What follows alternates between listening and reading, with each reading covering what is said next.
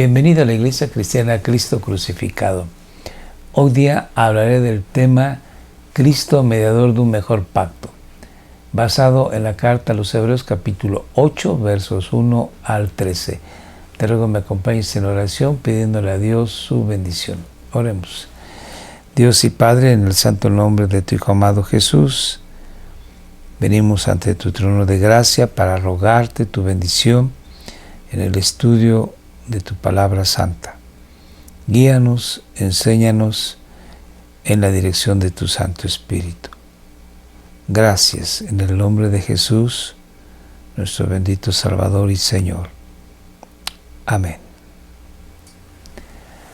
El autor de la carta a los Hebreos nos ha manifestado en el capítulo 7 que nuestro bendito Señor Jesucristo es un sumo sacerdote conforme a un orden o a una clase distinta a la clase levítica sacerdotal de los tiempos neotestamentarios.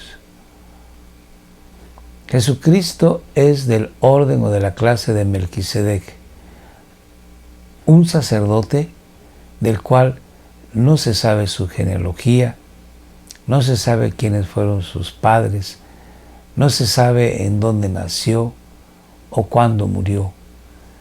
Y este sacerdote es un tipo de lo que habría de venir, que es el Señor Jesús, el cual es un sacerdote eterno, conforme a la promesa y juramento que Dios le dio a nuestro Señor Jesucristo.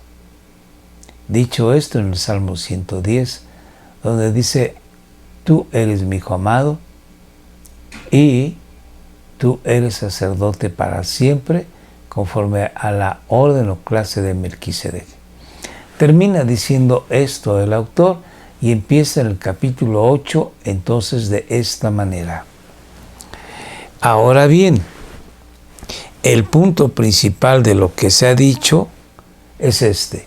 ¿Qué se ha dicho? Que Jesucristo es sumo sacerdote eterno. Así lo dice en las siguientes palabras. Tenemos tal sumo sacerdote, el cual se ha sentado a la diestra del trono de la majestad en los cielos. Este sumo sacerdote, dice claramente el autor, se ha sentado. En la antigüedad, cuando un rey se sentaba, significaba que había terminado su obra, había terminado su mandato, su decreto. Se sentaba porque había ya conquistado alguna ciudad o algún reino, o había hecho un pacto de amistad con el rey adversario. Había logrado la victoria y era cuando se sentaba. Entonces aquí nos está señalando que nuestro bendito Salvador y Señor, quien es nuestro sumo sacerdote, se ha sentado porque ya ha ganado la victoria. Y dice, se ha sentado a la diestra del trono de la majestad, a la derecha del trono de Dios. También en la antigüedad, cuando se sentaba un rey en su trono, nadie se podía sentar junto a él. Y cuando este rey había decidido que su hijo, por ejemplo, o su ministro, o alguien importante en el reino, él quisiese darle una categoría semejante o igual a la que tenía el rey, lo sentaba a su diestra. Pero era muy inusual esto. En algunas ocasiones, el rey, que sabía que pronto iba a morir, nombraba a su hijo sucesor de entre varios hijos, de entre varios príncipes, mencionaba al que iba a ser el siguiente rey, y entonces lo sentaba a la diestra, sabiendo que en poco tiempo él fallecería y el príncipe heredero sentado a la diestra ya había sido nombrado como rey y de la misma magnitud o excelencia se le rendía servicio, pleitesía. Y de esta manera, aquí el autor de la carta a los Hebreos dice que Cristo no solamente se ha sentado después de haber vencido, sino que está sentado a la diestra. Entonces, quiere decir que tiene la misma categoría, la misma excelencia que el Padre, o Dios, o la majestad, que es otra forma de referirse a Dios. Hay que recordar que el autor es de raíces de cultura hebrea y como tal, a ellos todavía, siendo hebreos, aunque cristianos, les costaba trabajo mencionar el nombre de Dios. Así que lo mencionaba de la manera usual en su tiempo, decir majestad en los cielos. Nadie puede sentarse junto a Dios. Nadie, ni el ángel más excelso. Entonces, si Jesucristo, nuestro bendito Salvador, nuestro bendito sumo sacerdote, está sentado a la diestra del Padre, significa que es Dios. Cristo es Dios, igual que el Padre, igual que el Espíritu Santo. Entonces, retomando, el autor dice que ha estado hablando de que Cristo es sumo sacerdote conforme a la orden o clase de Melquisedec. Y después dice que este sumo sacerdote eterno ahora está sentado a la diestra de Dios en las alturas. Sigamos. Y está allá sentado a la diestra del Padre en el cielo mismo como ministro del santuario y del tabernáculo verdadero que el Señor erigió, no el hombre. Dios, en un momento dado en el cielo, erigió un santuario, un tabernáculo donde Dios mismo está. Obviamente es un tabernáculo, un santuario celestial, espiritual, en donde Dios está ahí y Cristo ministrando al Padre. Cristo está como sumo sacerdote presentando ofrendas a Dios. Vamos a leerlo así más adelante. Veamos. Porque todo sumo sacerdote está constituido para. La función de un sumo sacerdote es presentar ofrendas y sacrificios. Entonces acabo de decir que Jesucristo está presentando al Padre una ofrenda, un sacrificio. Leamos de qué naturaleza es esta ofrenda y este sacrificio. Por lo cual es necesario que hablando de Cristo, quien es el sumo sacerdote nuestro, también tenga algo que ofrecer. ¿Y qué ofrece nuestro bendito Señor Jesús?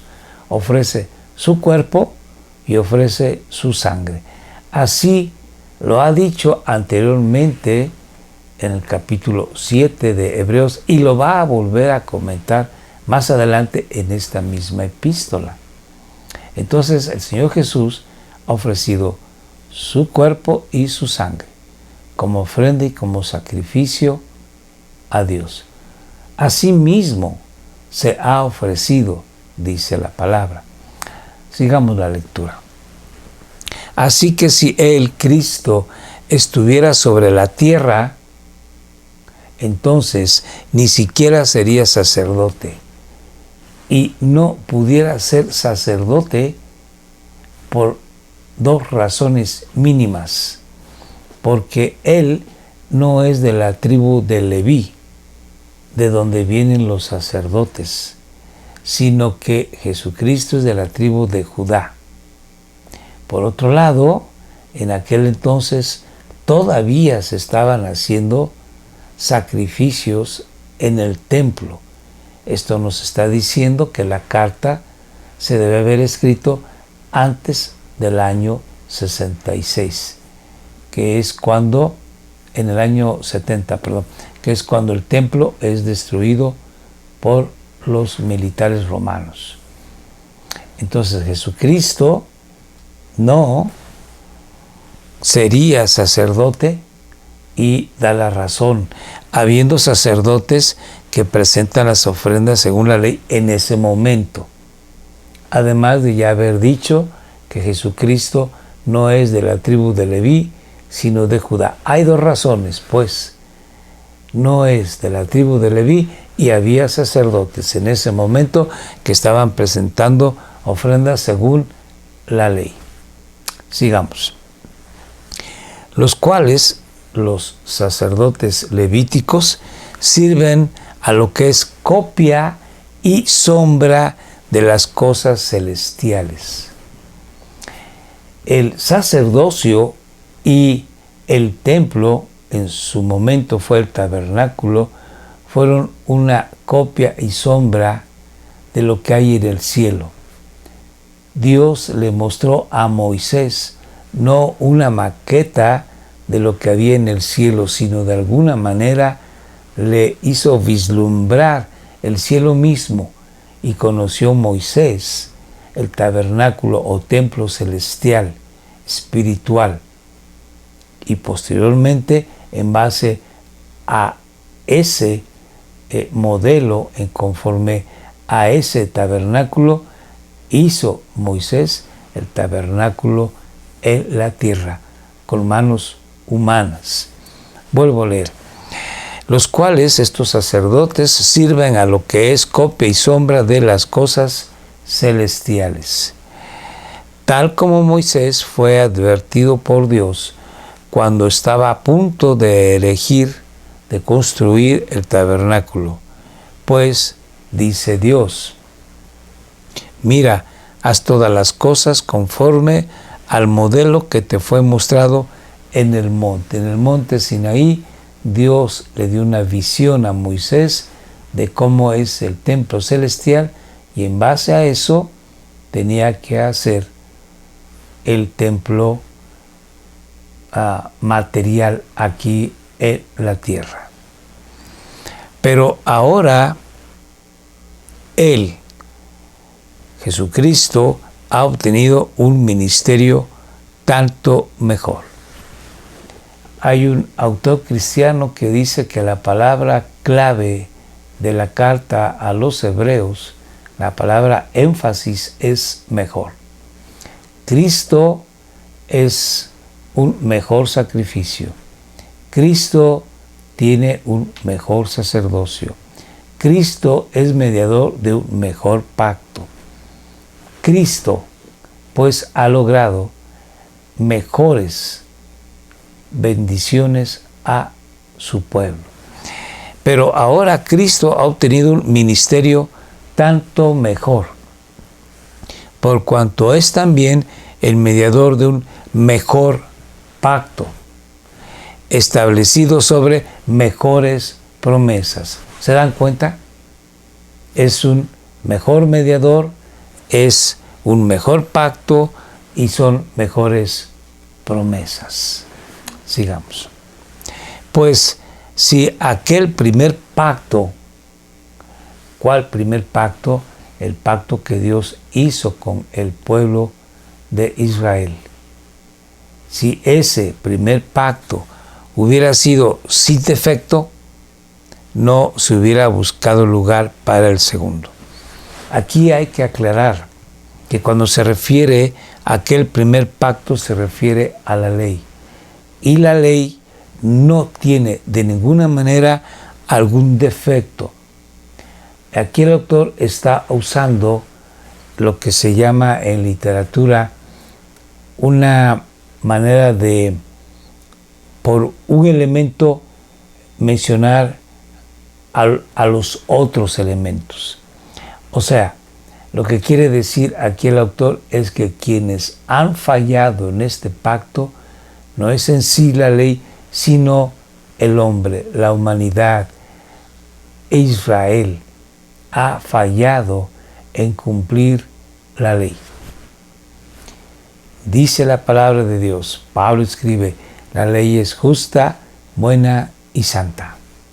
Y en el capítulo de Romanos, capítulo 7, verso 7, dice que la ley, pregunta, ¿ha sido causa de que yo pecara?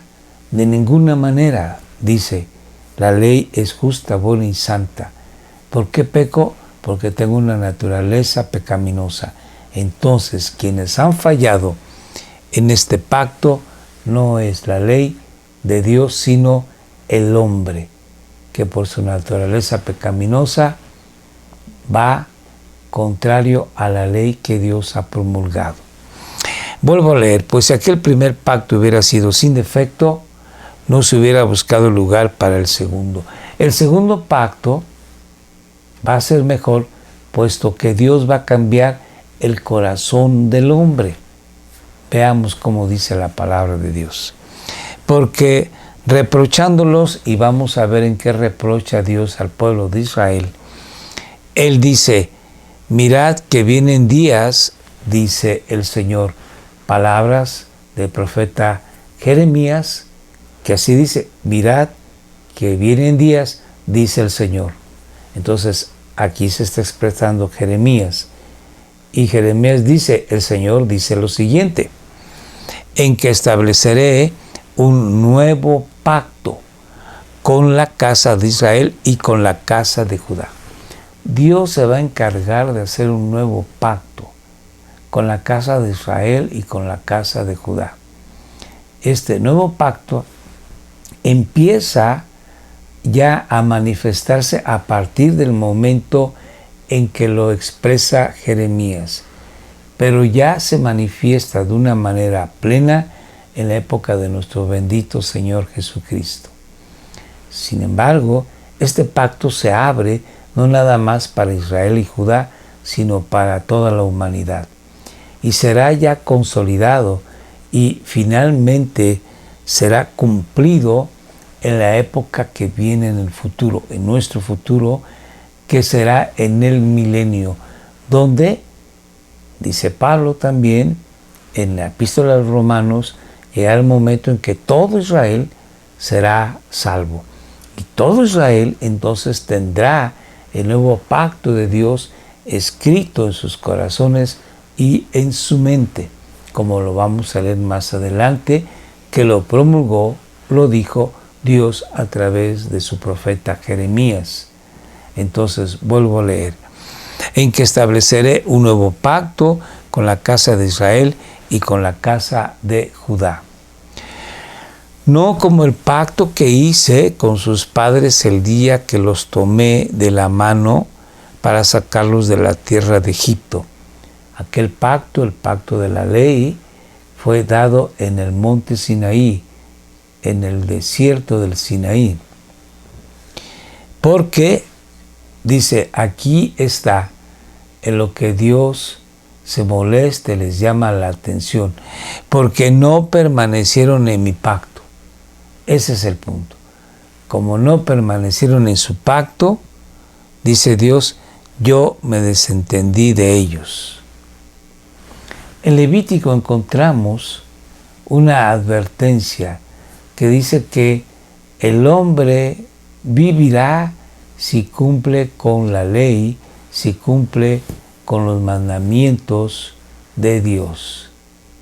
Y fue dada la ley y fue dada la advertencia que el hombre que cumpla con los mandamientos y con la ley vivirá por ellos. Sin embargo, no fue así.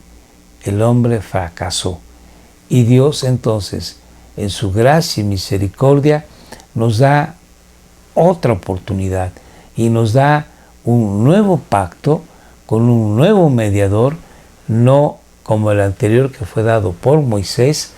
Este pacto es dado por nuestro mediador, el Señor Jesucristo, con mejores promesas. Sigo la lectura. Porque este es el pacto que yo haré, dice Dios, con la casa de Israel después de aquellos días, dice el Señor. Sigamos. Pondré mis leyes en la mente de ellos, en la mente donde está la inteligencia, en la mente donde está el conocimiento de las cosas, y también las escribiré sobre sus corazones, donde está el centro de los afectos, de las emociones y de los sentimientos. Y yo seré su Dios y ellos serán mi pueblo. Y ninguno de ellos enseñará a su conciudadano, ni ninguno a su hermano, diciendo: conoce al Señor, porque todos me conocerán, desde el menor hasta el mayor de ellos. Esto no ha ocurrido todavía. Empezó en el momento en que nuestro Señor Jesucristo dio a conocer el Evangelio. Y siguió cuando sus apóstoles empezaron a trabajar en iglesia incipiente. Y ha seguido así. Sin embargo, todavía se necesita en iglesia maestros y pastores. Es así que Dios ha dado este don a la iglesia, haciendo, dando, erigiendo, levantando pastores y maestros, porque todavía el pueblo necesita ser llevado, conducido, enseñado por los pastores y maestros. Sin embargo, vamos avanzando hacia aquel tiempo en el que todos, hombres y mujeres, niños, jóvenes y adultos, entenderemos a cabalidad quién es Dios, de una manera plena, profunda y total. Se cumplirá la palabra y todo el mundo conocerá a Dios de una manera perfecta. En uno de los salmos, escritos 1000 años antes de nuestro Señor Jesucristo, dice que el conocimiento de Dios será como las aguas que cubren la mar. Así será en toda la tierra que nos espera en un futuro próximo. Sigo la lectura. Pues, dice Dios, tendré misericordia de sus iniquidades y nunca más me acordaré de sus pecados. En el pacto antiguo, en la ley mosaica, los pecados eran cubiertos. Sin embargo, estaban ahí en la mente de la persona. Ahora, en nuestro nuevo pacto, dado por nuestro bendito Dios, ocurre que todos nuestros pecados son perdonados y nuestras conciencias son limpias de pecado. Ya no hay en nuestra conciencia el estar recordando cada año, como se hacía antes, nuestros pecados. Ya no. Han sido perdonados y por Dios olvidados. Y la sangre de nuestro Señor Jesucristo ha limpiado nuestra conciencia de tal manera de que al tener nuestras conciencias limpias podamos servir a Dios con manos limpias y podemos levantarlas a Él en acción de gracias. Sigo la lectura. Cuando Él dijo, se está refiriendo a Dios el Padre, un nuevo pacto, hizo anticuado al primero, al pacto de la ley. Y lo que se hace anticuado y envejece, fíjense, está próximo a desaparecer. Todavía no desaparece. La ley sigue ahí. Pero llegará el momento en que la ley ya será cumplida por completo, porque Dios se encargará de darnos un corazón santo, perfecto, puro, y estando nosotros en la presencia de Dios, no habrá ya más pecado.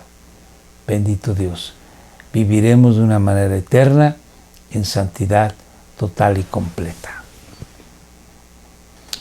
Querido hermano, podemos ver que nuestro Señor Jesucristo ya logró un mejor sacerdocio, ya logró en base a su bendita sangre, Él lograr un mejor pacto y ya logró unas mejores promesas para nosotros. Esto nos debe de animar todos los días a buscar a Dios con deseo, con ahínco, con vehemencia, a estudiar la palabra y a apropiarnos de sus mejores promesas para que nuestra vida vaya de victoria en victoria. Que Dios te bendiga. Oremos. Señor Dios, gracias te damos en el nombre de tu Hijo amado Jesús. A ti la gloria, la honra y la alabanza por siempre. Bendito eres. Amén. Gracias por estar con nosotros. Te recuerdo que estamos en Facebook y en YouTube. Por favor, escríbenos en Telegram, WhatsApp. Todos los martes, jueves y sábados estamos a tu disposición, 7 de la noche. Algún video que no hayas visto, puedes acceder a él.